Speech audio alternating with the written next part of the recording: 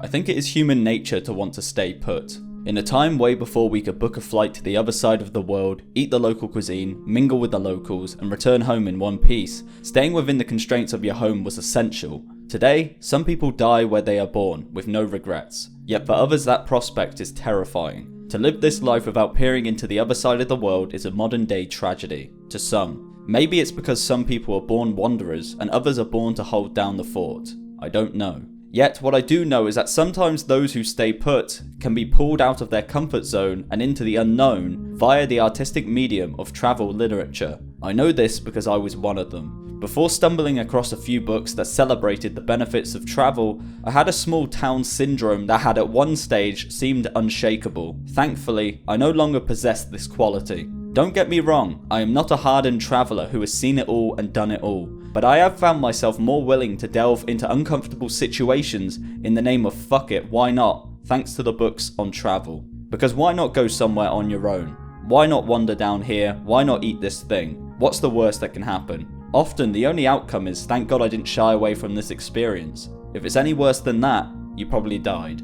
If you need a kick up the arse, an eradication of your small town syndrome, or a carefully crafted reminder that around the corner of your small patch of land lies a world waiting to be explored, I recommend reading any, if not all, of the books I'm going to discuss in this video.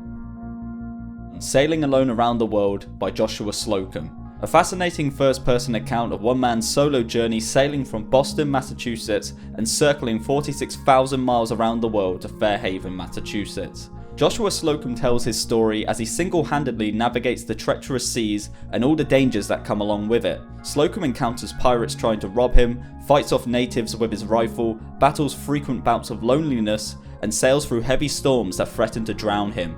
The book was published in 1900 and was a bestseller. In the book, Slocum details how he constructed his trusty sailboat, the Spray, as well as his interactions with wildlife and the people of various countries he visited. The book is also surprisingly funny, as Slocum's sarcasm is often used to provide comedic relief to the more depressing elements of his adventure. One such moment is when Slocum is gifted a goat by a wealthy American whilst moored at St. Helena Island. What had first begun as a valuable gift soon turned into a menace on board the Spray. After bringing the goat on board the Spray and tying it to a pole, Slocum went into the cabin of the Spray and fell asleep. Upon waking up, Slocum was distraught to find that the goat had chewed through the rope used to tie it up and had destroyed Slocum's hat and, more importantly, his only map of the West Indies. Despite the destruction of Slocum's map being a literal worst-case scenario event, Slocum retrospectively found the humour in this small story by referring to the goat as the worst pirate he met whilst on his voyage. Slocum would successfully become the first person to sail around the globe on his own. Unfortunately, a few years following this iconic adventure, in November 1909, Slocum would once again set out to sea and would never be seen again. He was legally declared dead in 1924. If you are someone who loves nautical descriptions in your literature, Sailing Alone Around the World is the book for you. The book is funny, introspective, adventurous, and at times melancholic. Additionally, the life of Joshua Slocum is just as interesting as his book, so I would also recommend looking into that if you can.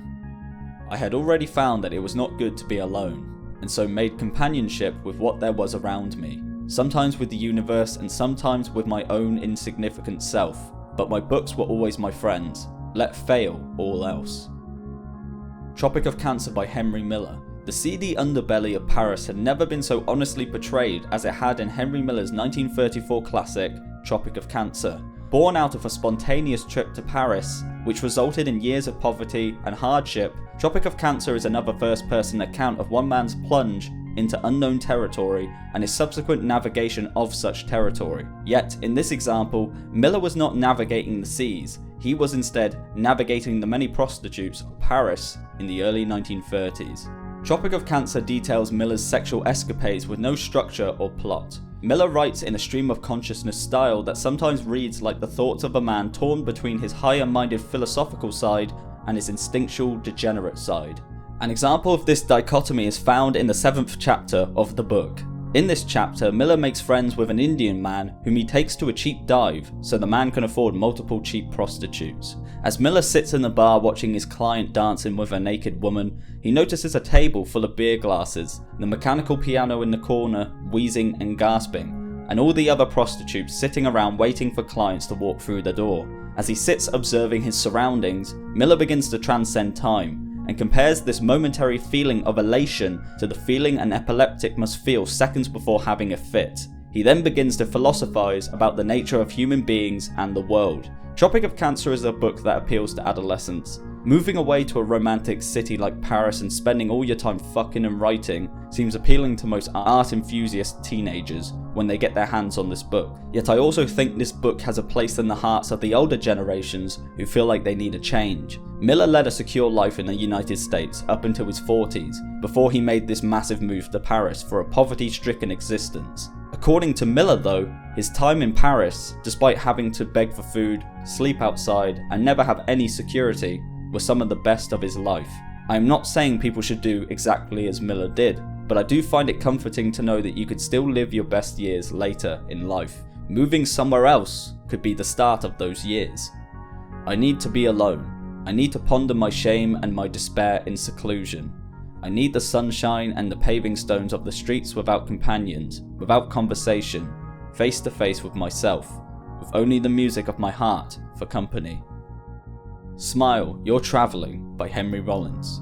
When you think of Henry Rollins, you may remember him from such bands as Black Flag or the Rollins Band. This remembrance may give you an image in your mind of a shirtless, tatted up, muscle-bound man screaming lyrics into a microphone. Yet when I think of Henry Rollins, I tend to imagine the soft-spoken, widely travelled, articulate orator he has transformed into over the years. I still like the music, particularly Black Flag. However, where I think he shines best is when he talks about and writes about travel. Smile, You're Traveling then is, in my opinion and across all mediums, his best work. Smile, You're Traveling is the third edition of Rollins' Black Coffee Blues trilogy. Rollins documents his travels whilst playing in his band, the Rollins Band, in the mid-1990s, as well as his personal travels to Africa. I personally find a section on Africa to be the most intriguing, as it was Rollins' first trip there, and his excitement at finally going is evident in the writing. One of the most memorable moments is when he describes the peaceful scene of being on his own while sitting on a beach in Madagascar during the night with nothing but the moon, his book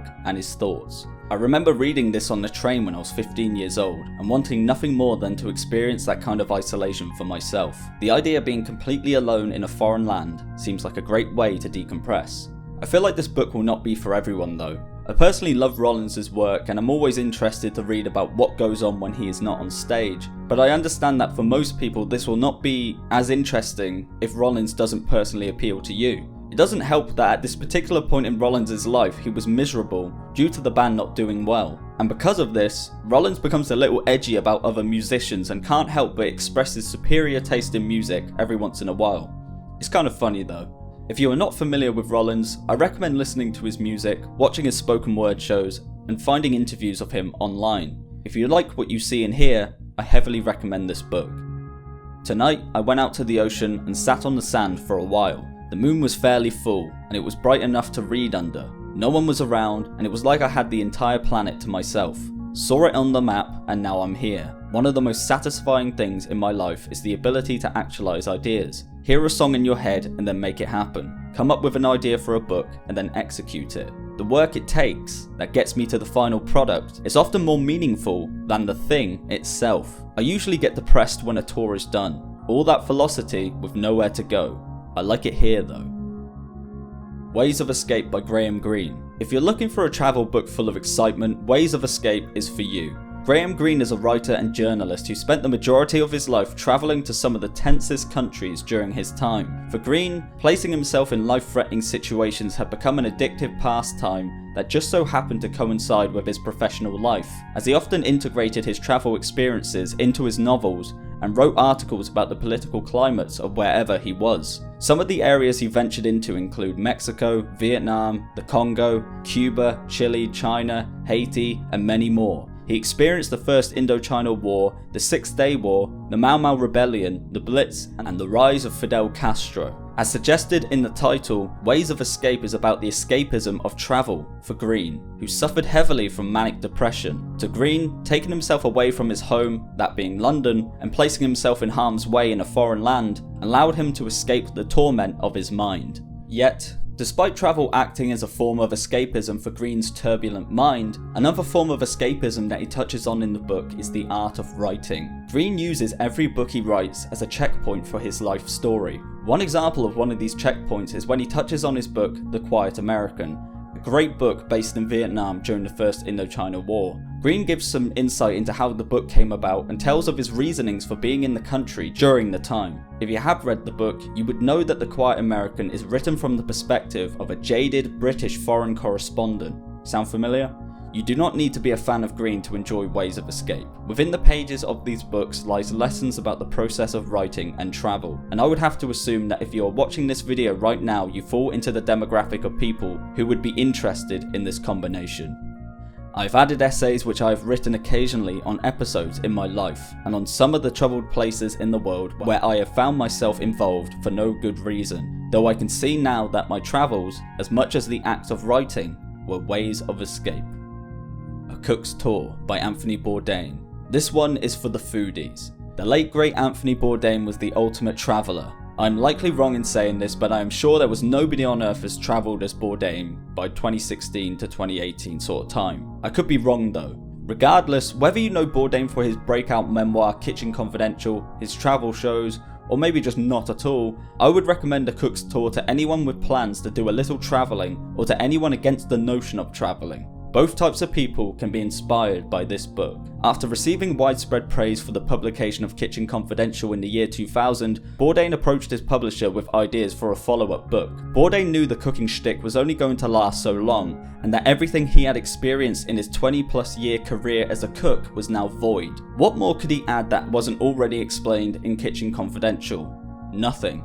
And so, Bourdain went to his publisher and suggested he travel the world, eating exotic cuisines in the hope of finding what he could confidently claim is the perfect meal. He would then turn those adventures into a book.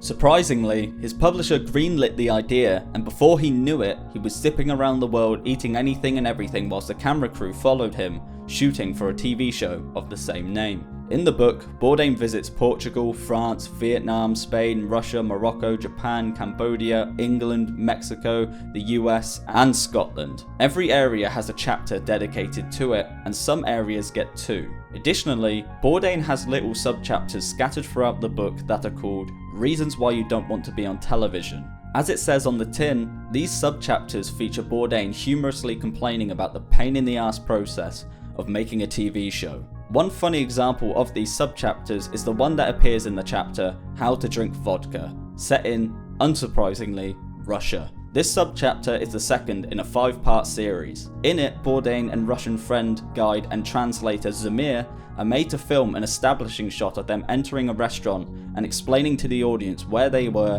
why they were there, and what they were expecting to find. Due to Bourdain and crew forgetting to do it prior to actually entering the restaurant, Bourdain and Zamir had to complete this shot drunk on vodka and full to the stomach, which made for multiple retakes, resulting in one satisfactory shot that Bourdain said could be fixed in the edit. A Cook's Tour is the writing of a man living the perfect life. Going around the world, eating great food, meeting interesting people, and being paid to do so really is what most people would describe as a good deal, and Bourdain would not disagree. Bourdain was taking baby steps into a completely new life when he wrote A Cook's Tour, and it shows. You witness him fall in love with Vietnam for the first time, see the joys of accepting random acts of kindness without hostility, and also being reminded that the world is, for the most part, full of good people. All realizations Bourdain would champion for the remainder of his life. Therefore, I recommend this book to anyone. There are lessons to be learned in this book that far exceed simply moving from one place to the other. When you finally reach the end of this book, you'll notice your body instinctively lunge towards the front door, towards the great outdoors, towards somewhere new. And when you get there, you will likely find the embrace of the new and the uncomfortable to be a way of life not championed enough, for you will feel an elation the likeliness of which you may have never felt, and you will thank Anthony Bourdain for being one of the rare voices that champion this way of life. I wanted adventures. I wanted to go up the Nung River to the heart of darkness in Cambodia. I wanted to ride out into a desert on camelback, sand and dunes in every direction, eat whole roasted lamb with my fingers. I wanted to kick snow off my boots in a mafia nightclub in Russia. I wanted to play with automatic weapons in Phnom Penh, recapture the past in a small oyster village in France, step into a seedy neon-lit pulqueria in rural Mexico, I wanted to run roadblocks in the middle of the night, blowing past angry militia with a handful of hurled Marlboro packs, experience fear, excitement, wonder. I wanted kicks, the kind of melodramatic thrills and chills I'd yearned for since childhood, the kind of adventure I'd found as a little boy in the pages of my Tintin comic books. I wanted to see the world, and I wanted the world to be just like the movies.